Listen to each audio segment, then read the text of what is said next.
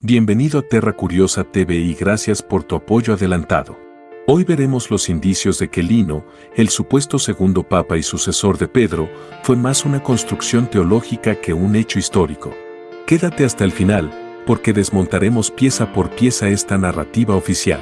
Y recuerda que en la lista de reproducción Papas Católicos encontrarás los 3 primeros podcasts dedicados a Pedro, el primer papa según la tradición católica.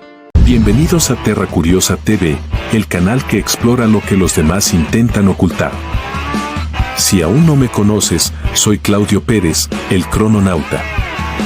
No debería comenzar esta entrega sin antes invitarte a que te suscribas. Recuerda que lo que mejor nos hace bien es un me gusta. Esto nos posiciona en el algoritmo de YouTube y con ello la plataforma nos puede recomendar a más personas para que alimenten sus mentes curiosas. Sin más intro, comencemos. ¿Qué conocemos realmente del personaje llamado Lino? Lino, conocido como Lino de Volterra, es presentado por la Iglesia Católica como el primer sucesor de Pedro y segundo obispo de Roma, con un pontificado aproximado entre los años 68 y 79 después de Cristo.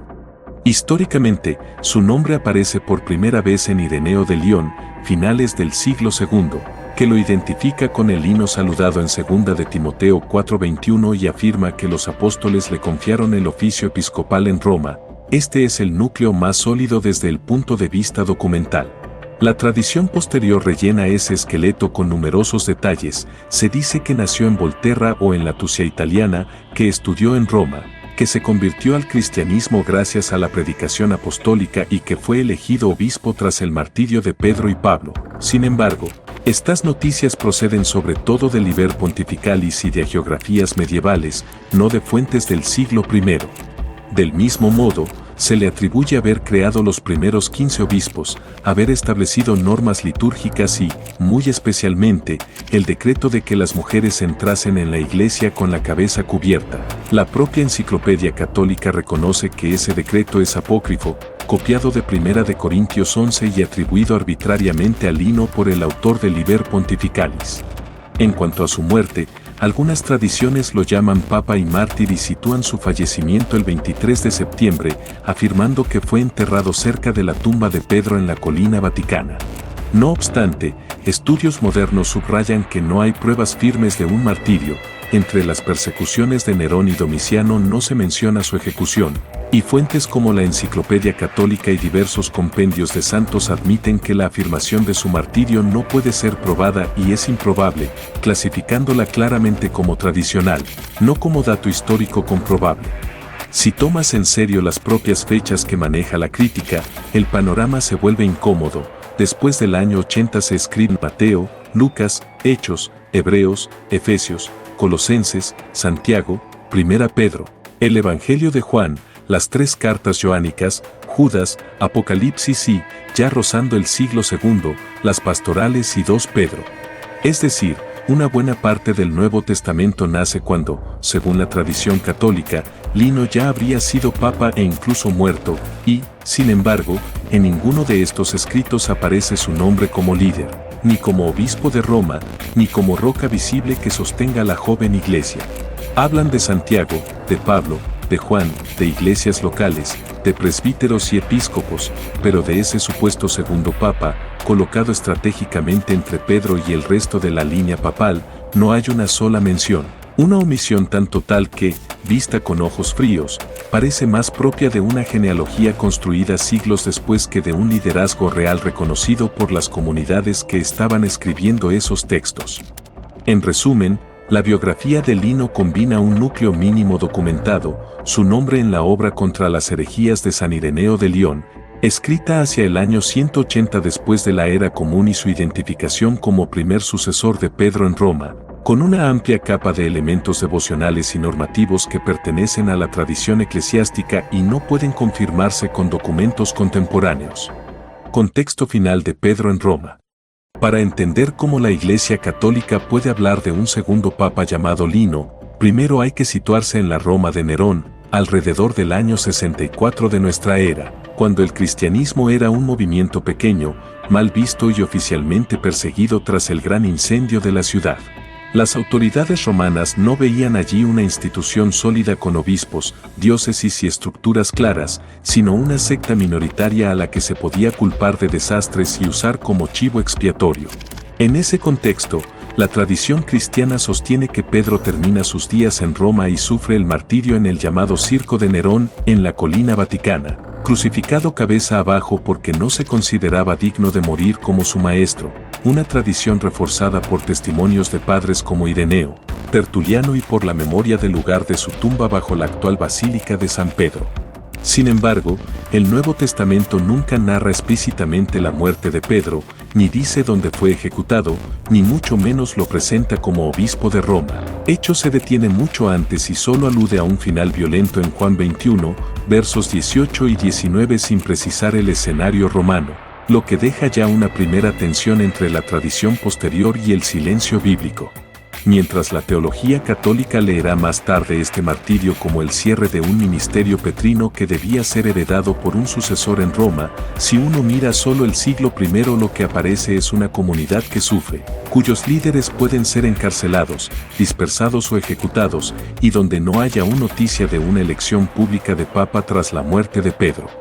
De hecho, las primeras evidencias de liderazgo romano que se conservan, como la carta conocida como Primera de Clemente, escrita hacia finales del siglo I, muestran una iglesia de Roma que interviene en los asuntos de Corinto hablando en nombre de toda la comunidad, es decir, habla de nosotros, no en nombre de un único obispo con título de papa, lo que sugiere una dirección colegiada más que una monarquía episcopal consolidada. Esa distancia entre la reconstrucción posterior colocando a Pedro como primer papa y a Lino como segundo y el paisaje real del cristianismo primitivo en Roma será el telón de fondo de todo el debate sobre si Lino puede considerarse un verdadero sucesor papal de Pedro o más bien una pieza añadida cuando, siglos después, la Iglesia de Roma necesitó dibujar una línea ininterrumpida hasta los apóstoles. Nacimiento de la idea de sucesión en Roma. En el segundo acto de esta historia entramos en un terreno clave, cómo pasa una comunidad perseguida en Roma a hablar, con el tiempo, de una sucesión desde Pedro hasta Lino y más allá. Durante la segunda mitad del siglo I, las iglesias, y Roma no es excepción, se organizan en torno a un colegio de presbíteros y episcopos, no a un único obispo monárquico con poderes concentrados como el papa posterior. Muchos estudiosos señalan que en Roma esa estructura colegiada se mantuvo, probablemente, hasta mediados del siglo II, solo después se consolidó el modelo de un solo obispo y numerosos presbíteros, y más tarde la Iglesia proyectó retrospectivamente el título de obispo de Roma sobre figuras del siglo I, incluido el propio Pedro. En este paisaje encaja la famosa carta de Clemente de Roma a los Corintios, conocida como Primera de Clemente, escrita hacia el año 96. Una de las primeras ventanas históricas que tenemos a la vida interna de la Iglesia romana, la carta habla en nombre de la Iglesia de Roma, en plural, defendiendo la autoridad de presbíteros y obispos destituidos en Corinto, pero nunca dice yo, Clemente, obispo de Roma, sucesor de Pedro, mando. El texto reconoce una jerarquía, episcopos, presbítero y diáconos, insiste en que esos ministros fueron establecidos por los apóstoles y luego sustituidos por otros, y Roma interviene como iglesia influyente que intenta restaurar el orden, pero no aparece todavía la figura del Papa tal como la define más tarde la teología católica.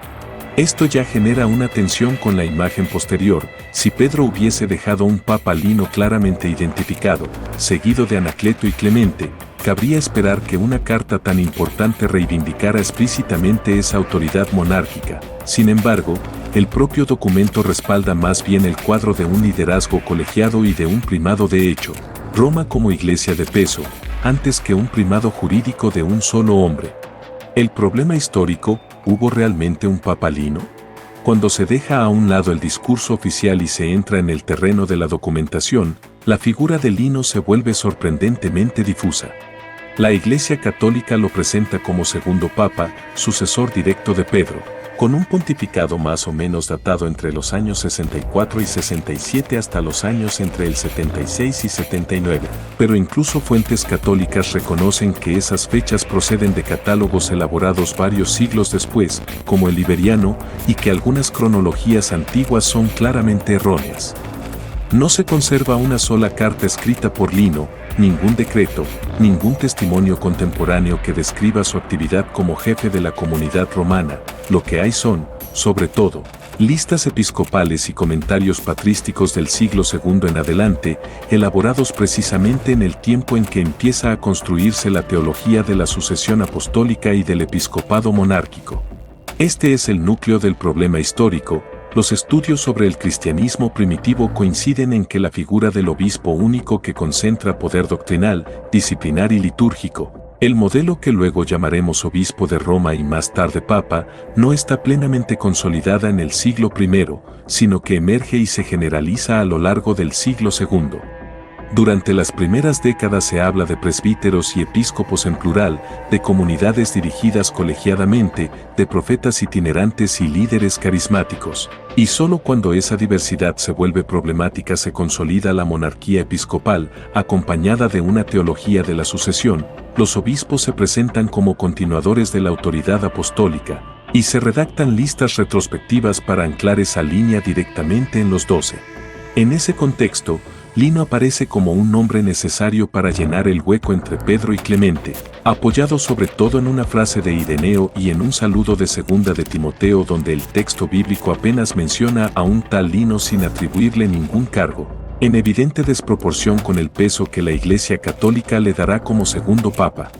Así, más que un papa históricamente verificable al estilo de los pontífices posteriores, Lino es para muchos historiadores una figura de tradición interna, fruto de la necesidad, a finales del siglo II, de mostrar una cadena ordenada e ininterrumpida desde Pedro, precisamente cuando la estructura episcopal monárquica y el papado comenzaban a tomar forma.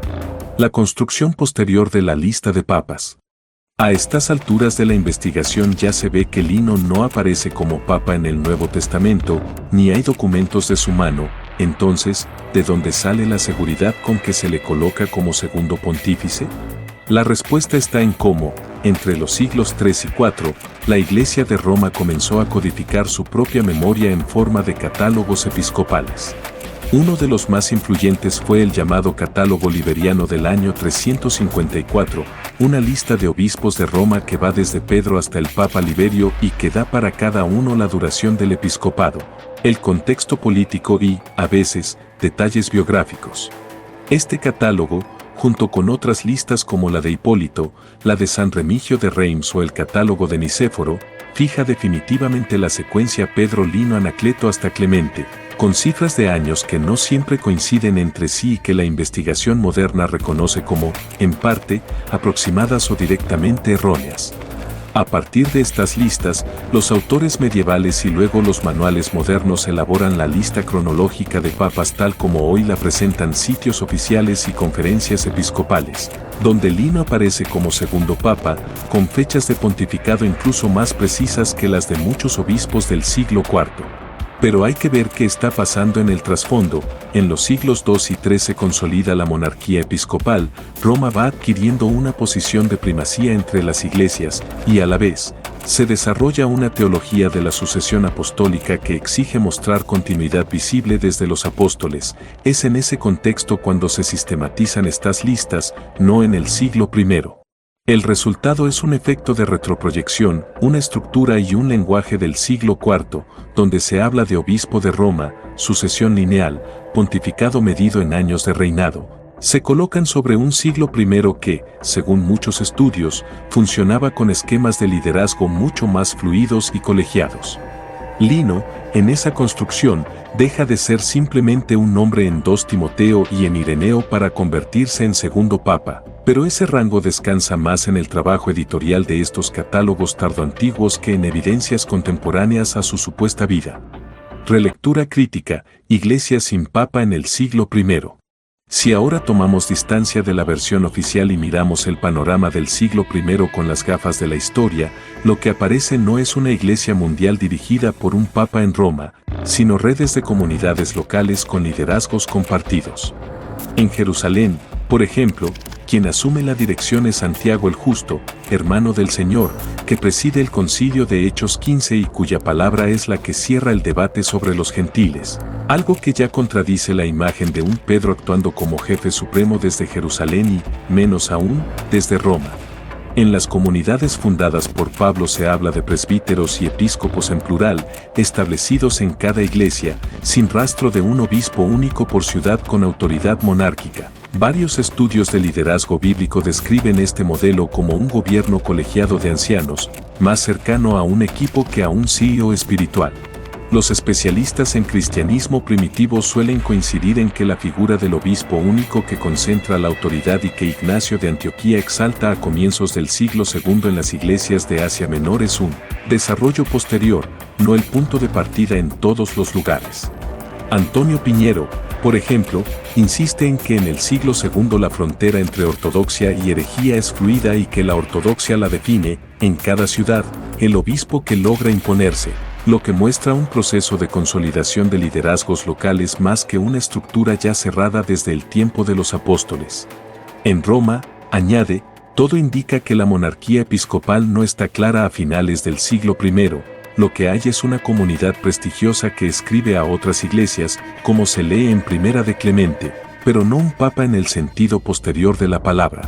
Leída así, la idea de que ya en el año 67 existía un papa Lino gobernando como sucesor de Pedro se vuelve difícil de sostener históricamente, porque proyecta sobre el siglo I un modelo jerárquico y papal que solo se consolidará bien entrado el siglo II y se convertirá en papado propiamente siglos después. ¡Ey! Un alto ahí. Estamos justo en la mitad de nuestro viaje y lo mejor está por venir. No te pierdas la parte más emocionante. Asegúrate de suscribirte, darle me gusta al video. Para apoyarnos, puedes dejar tu opinión del tema y compartirlo, así otros pueden verlo. Dicho esto, continuamos. Mario Sabán, varios centros, muchos sucesores. Cuando se escucha a Mario Sabán contar los orígenes del cristianismo, el mapa de la autoridad se vuelve mucho más complejo que la línea recta Pedro Lino que presenta la tradición católica. En sus conferencias sobre los orígenes judíos del cristianismo, Sabán insiste en que, tras la muerte de Jesús, el verdadero centro de mando del movimiento mesiánico estuvo en Jerusalén, bajo liderazgo de Santiago el Justo, pariente de Jesús, y no bajo Pedro ni, mucho menos, bajo ningún obispo romano. Esta comunidad nazarena de Jerusalén, íntegramente judía, conservaba la observancia de la Torá y se consideraba heredera legítima del mensaje del Mesías. Durante décadas, dice Sabán, Jerusalén y su linaje de obispos judeocristianos fueron el referente doctrinal incluso para comunidades de la diáspora, lo que contradice de raíz la idea de que ya desde el año 30 o 40 Roma fuese la sede de un primer papa. Además, Sabán describe cómo a lo largo del siglo I se van configurando varios polos de autoridad, el cristianismo paulino, centrado en Pablo y sus colaboradores, que abre la puerta a los gentiles, la línea de Jerusalén, jacobea, más ligada a la observancia, y, más tarde, la Antioquía de Ignacio, donde hacia finales del siglo se consolida por primera vez la idea de un obispo fuerte que pide obediencia total al episcopado. Según esta lectura, hasta finales del siglo I el futuro cristianismo tiene al menos dos capitales, Jerusalén y Antioquía, y en cada esfera hay figuras que, de algún modo, son sucesores de Jesús o de los apóstoles, Santiago en Jerusalén, Pablo y luego Timoteo en Efeso, Ignacio en Antioquía. En ese entramado, Roma es solo una comunidad más, importante por estar en la capital del imperio, pero sin un papel claro de dirección universal ni un obispo monárquico reconocido por todos. La lista Pedro Lino hasta Anacleto refleja, desde esta óptica, no tanto la realidad del siglo I como la necesidad posterior de Roma de proclamarse heredera única de la autoridad apostólica cuando ya existían, desde el principio, varios centros de sucesión en competencia. Antonio Piñero y el primado que tarda siglos en nacer. Cuando se lee a Antonio Piñero sobre la iglesia de finales del siglo I, la imagen de un Pedro convertido en primer papa con un lino claramente sentado en la cátedra romana se deshace en matices. Piñero cita extensamente el estudio ecuménico Pedro en el Nuevo Testamento para subrayar dos ideas. Primero, que en Roma, hacia el año 96, en época de la Carta de Primera de Clemente, no hay rastro de un episcopado monárquico, sino de ancianos o episcopoi que están al frente de la Iglesia. Y segundo, que Primera de Clemente es una carta de iglesia a iglesia, no el decreto de un papa que ejerce un primado jurídico sobre Corinto. El propio informe ecuménico concluye que la conexión entre la función petrina, Pedro como figura destacada entre los 12 y una primacía romana plenamente desarrollada requiere varios siglos de desarrollo, lo que va directamente contra la lectura católica que ve ya en esa carta el ejercicio temprano del papado. Piñero remarca además que las listas de sucesión episcopal conocidas por Hegesipo e Ireneo, donde aparecen nombres como Lino, Anacleto y Clemente alineados después de Pedro, son una creación del siglo II, elaboradas cuando el episcopado monárquico y la doctrina de la sucesión apostólica se están consolidando como respuesta a la diversidad doctrinal y a los cristianismos derrotados. Según esta reconstrucción, el primado de Pedro que la Iglesia Católica proyecta sobre el siglo I es, en realidad, el resultado de un largo proceso. Primero se fija el modelo del obispo único, luego se afirma que los obispos suceden a los apóstoles y finalmente se declara que el obispo de Roma, por ser sede de Pedro, es la cabeza del colegio episcopal. En palabras del propio Piñero, Primera de Clemente ya no se interpreta en general como prueba de que Roma tenía ya el primado, solo ciertos teólogos católicos muy conservadores siguen sosteniendo esa lectura, mientras que la investigación crítica, incluyendo autores católicos, reconoce que la primacía romana plenamente entendida como la enseña hoy el magisterio es el fruto de varios siglos de evolución y no un dato inmediato del año 67 con un Pedro que entrega su cargo de papa a Lino. Otras voces académicas, ¿qué hacemos con la línea de Pedro? Cuando se amplía el foco más allá de Sabán y Piñero, el panorama académico sobre la línea papal se vuelve aún más matizado.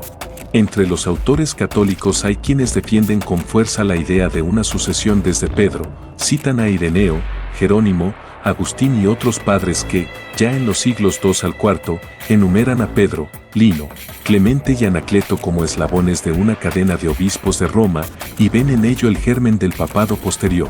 Para esta corriente, el primado de Pedro nace en palabras de Jesús, según Mateo 16:18, y se prolonga en el obispo de Roma. La historia solo vendría a desarrollar, organizar y explicitar algo que estaba implícito desde el principio, aunque los títulos y estructuras tarden siglos en tomar su forma definitiva. Sin embargo, muchos historiadores y exégetas no católicos y algunos católicos críticos trazan una línea mucho más clara entre el Pedro del Nuevo Testamento y el papado medieval. Subrayan que el oficio de papa como jefe universal, infalible ex cátedra, simplemente no existe en los escritos apostólicos ni en el siglo I, y que la idea de un obispo de Roma con jurisdicción suprema solo se ve de forma incipiente a partir de los siglos II y III, y con fuerza recién desde Aniceto, Esteban y, sobre todo, Ciricio en el siglo IV, primer obispo occidental en usar de manera estable el título de papa. Estos estudios recuerdan que la escritura no menciona nunca a Pedro como obispo de Roma, que Primera de Pedro 5, verso 13. El término Babilonia es ambiguo y que las listas de sucesores Pedro Lino hasta llegar a Anacleto aparecen por primera vez cuando la Iglesia ya está elaborando la doctrina de la sucesión apostólica para defenderse de las herejías, lo que introduce un componente apologético claro en esa genealogía. El resultado es un mapa con 3 capas, un Pedro bíblico con primacía de hecho pero sin papado, una Roma del siglo II y III que empieza a reclamar un papel especial apoyándose en listas de sucesión, y, siglos después, un papado plenamente formado que lee hacia atrás su propia figura en la historia, haciendo de nombres borrosos como Lino o Anacleto papas tan claros como León Magno o Gregorio VII, aunque la documentación de su tiempo sea mínima o inexistente. Entre la fe y los documentos, papado desde Pedro o papado hacia Pedro. Al final de este recorrido, la pregunta ya no es solo histórica, sino también teológica. ¿Cómo convivir con la tensión entre la fe católica en una sucesión petrina ininterrumpida y los límites reales de la documentación? La teología católica sostiene que Cristo confirió a Pedro un primado real, Mateo 16, Lucas 22, Juan 21, y que ese primado continúa en el obispo de Roma, sucesor del apóstol, mediante la sucesión apostólica. En este marco, la línea Pedro Lino hasta llegar a Anacleto es leída como un dato de fe, apoyado en la memoria de la Iglesia y en la interpretación de los textos petrinos. Desde esta perspectiva, las lagunas documentales no destruyen el dogma, porque la autoridad última no está en la crítica histórica sino en la autocomprensión de la Iglesia y en su magisterio, que afirma que el primado tiene orígenes que se remontan a la época apostólica y se ha conservado intacto en la sede romana. La historiografía crítica, en cambio, mira en otra dirección, ve cómo la figura del Papa aparece gradualmente, especialmente a partir de Dámaso, Ciricio, Inocencio y León Magno, y como Roma, por razones políticas, teológicas y simbólicas, va atribuyendo a sus obispos el título exclusivo de sucesores de Pedro. Desde aquí, la línea de los primeros papas se entiende más como una lectura hacia atrás. Los obispos de los siglos IV y V proyectan su propio modelo de primado sobre los nombres del siglo I y II, organizando catálogos donde Lino, Anacleto y Clemente aparecen como si hubieran ocupado un cargo idéntico al de ellos, aunque las fuentes del siglo I no describen nada parecido. Así, mientras la fe católica afirma que el papado nace con Pedro y se despliega históricamente, la crítica histórica sugiere que el papado tal como se conoce nace siglos después y, solo entonces, reconstruye una genealogía que arranca simbólicamente en Pedro y da a figuras poco documentadas, como Lino, un rol que el propio Nuevo Testamento y los escritos más antiguos no dejan claramente establecido. Aquí los argumentos están sobre la mesa, tradición vs evidencias históricas. Invitamos a todos los que llegaron hasta el final, verdaderos buscadores de verdad, a compartir su opinión en comentarios. ¿Qué piensan de Lino como papa? ¿Continuidad episcopal o invención posterior? Escuchemos cada voz. Gracias por acompañarnos hasta el final de este video. Tu apoyo significa mucho para nosotros. Si te ha gustado lo que has visto y quieres seguir disfrutando de contenido similar, te invitamos a suscribirte a nuestro canal y activar las notificaciones para no perderte ni un solo video. Además, no dudes en compartir este contenido con tus amigos y familiares para que ellos también puedan disfrutarlo. Juntos, podemos seguir creciendo y creando contenido que te inspire y entretenga. Gracias por ser parte de nuestra comunidad. Por aquí te dejo otro video súper interesante que seguro desafiará tu mente curiosa.